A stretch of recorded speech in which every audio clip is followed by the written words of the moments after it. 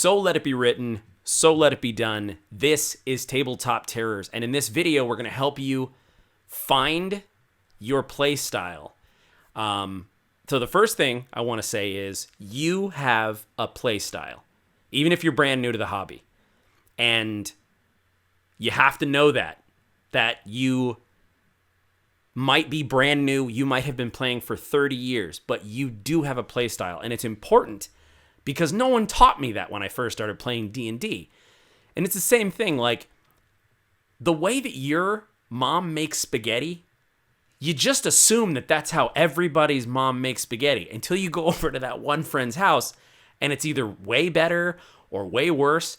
So you have a play style. It's going to develop as you play, but I just want to let you know that because if you don't realize this, you might sit at a table and experience Dungeons and Dragons or another game or even a board game and not understand why you're not having fun.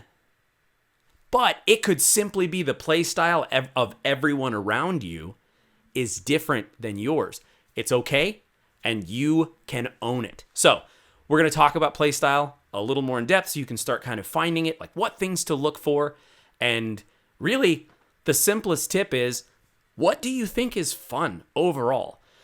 What do you gravitate toward? What kind of movies do you like? Well, you know, these things are very general, but you can extrapolate that you will probably like a play style of D&D and other RPGs that emulates those kinds of things.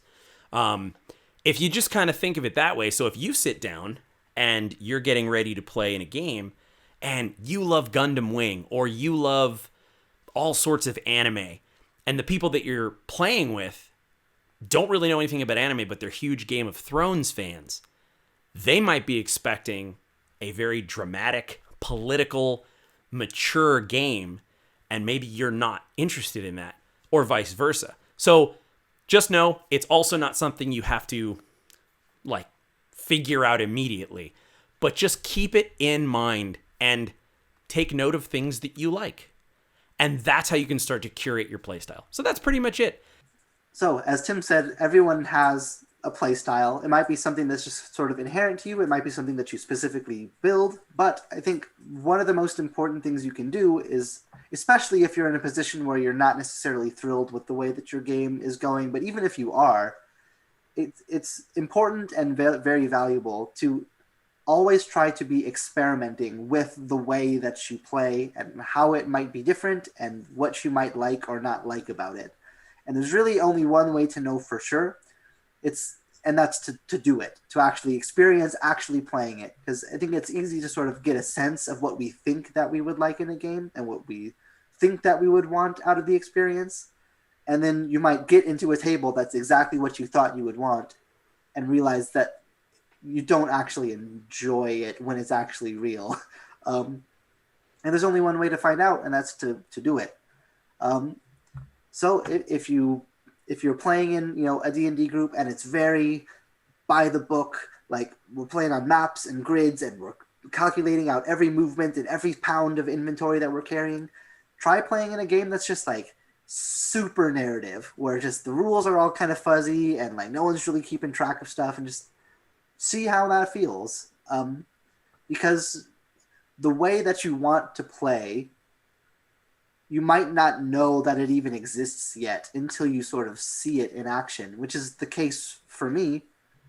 Yeah, I tend to prefer games that are more serious, not totally humorless, but generally people aren't going to be cracking in-character jokes or doing insane things in character just because it's funny. Like they'll be playing in the world, so to speak. And things might be funny, but it's not necessarily like, oh, I'm going to say something ridiculous in character or do something crazy to another party member just to get a rise out of them. No, we're going to kind of play it almost like a radio drama with rules, versus, somebody else might want to play the game like, no, I just want to be rolling dice with friends, cracking jokes, doing crazy things. And if it messes up the game, who cares? Because it's funny and I'm laughing with my friends.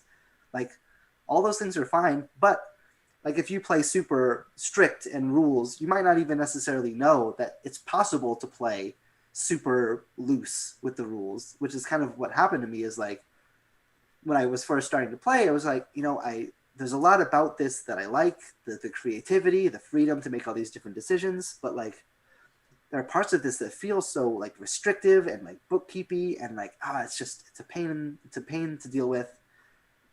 And then suddenly I see an online game that I was watching where they were playing totally theater of the mind, like very in character, very dialogue heavy, talking with each other, and just sort of like playing a little bit loose with like exactly what the rules are.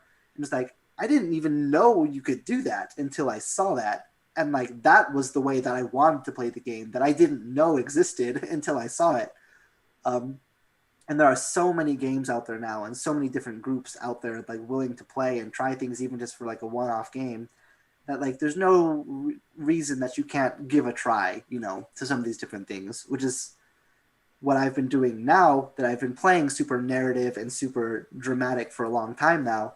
I'm now in a home game with some friends I know in real life where I'm back to the original where it's like super by the book, everything's on a grid, everything's happening exactly rules is written. And like I thought that I didn't like that because I did like the narrative style so much. And now I've kind of found out trying out that I like that too, that it's also fun for me to play very strategic, very slow, very methodically. And it's fun in a different way, but it's still enjoyable. And I would have gone on thinking that I would not have enjoyed that until I played it and enjoyed it. So all that to say, when it comes to play style, try a bunch of things out. Try a bunch of different systems, try a bunch of different groups if you can, especially if you play online where that thing might be more accessible. Try to mix up parts of the game that you sort of taken for granted. Like, oh, we play on grids and maps.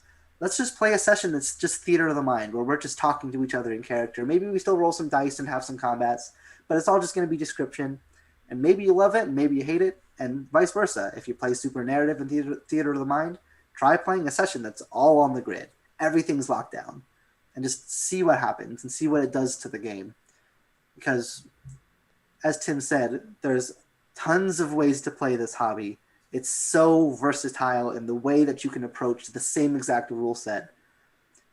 So chances are, if you are having a bad experience, it might just be that the people who you're with and the way that it's played doesn't suit you, even if you might enjoy tabletop RPGs and just not enjoy the specific way that the specific system you're playing is done with the people that you're playing with, which I know is a very roundabout way to say that, but try stuff out, see what you like, and look for different ways to do different things and just see what happens. And over time, as you continue to do these, you'll find what you gravitate towards and what you really enjoy. And then you can look for people and ask for that play style, you know, when you're around people who are open to that sort of thing. The last thing you said there, Jeff, I think I'll start with. One of the last things you focused on is the idea that playing role-playing games is a thing that feels different depending on what you're playing and who you're playing it with. Similar in the same way that eating a meal that you don't enjoy doesn't necessarily take away from the time you have with the people. You don't say that the whole night was bad because the meal wasn't what you wanted, even though you had a good conversation, or vice versa, didn't like the conversation and wanted the food. So much of it is about finding your preference. But I say all that to even segue and use something Tim said to give you an example of something you likely already have preferences in, and to see what those sorts of things look like. So Tim told the story about how when you go to a friend's house and you have red sauce for the first time, it sounded like this happened directly to him. I don't know how many of you know this, but red sauce, like Italian, red sauce is extremely personal. A lot of people have their way, but the basic building blocks are the same. I say that because you have your first one at home, whether it's from a jar or your mom makes it or whatever. Tim described you go to your friend's house and you have it, and he said the perfect thing. You decide if it's better or worse. You have one, your first one is always different, and then every subsequent red sauce you taste is effectively put on that scale. Is it better or worse than that first one I had? Sometimes that will maybe shift to your favorite, but the idea is it becomes a spectrum. So as Jeff says, as you're getting these experiences, it's important every time you play a role-playing game to look at what it was and try to identify the specific things you enjoyed. Because often, as Jeff said, on those two sides of the spectrum, the very narrative heavy and then the very combat, or rather rules specific, I'll say, some parts of those can be taken from one to the other to make a game that you prefer. It's not just one or the other. And even more so, they're just like food flavors in the same way. Sometimes I have the luxury sometimes of wanting to go out to eat and not being able to decide what I'm craving right now. Should I have Mexican or should I have, you know, the Italian, something like that. It can be the same with games. It's just important to realize that just like with food, your game play style can change based on who you're with, you know, the kind of day you're having, the kind of things you're into right now. And so just like somebody that might prefer eating breakfast in the morning or only likes having cereal at night, playing in a more casual setting where you're hanging out with people, you might prefer more of a casual game, whereas you get together with your friends you've known for 20 years and it's a very different experience. It's different flavors for different situations. And by realizing that, some people that get caught into one specific game type, not that Jeff was caught in it, right? But that Jeff had an idea of what he thought he liked and more options just broadened that. I don't think there's any harm in broadening that. And I think that, as you said, Jeff, that is so important to finding exactly what you like, because the more examples of things you like and don't like you have, the more you can pinpoint exactly what it is about them.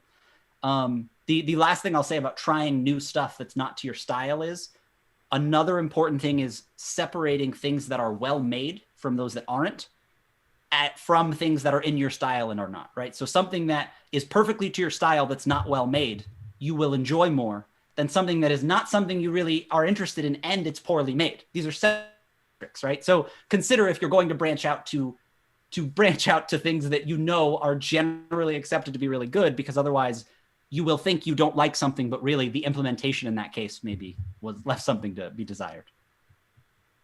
So it's hard to ask you to put your play style in the comments, because there's not really, we haven't gotten to that part in James's Imagine It Better cataloging system yet.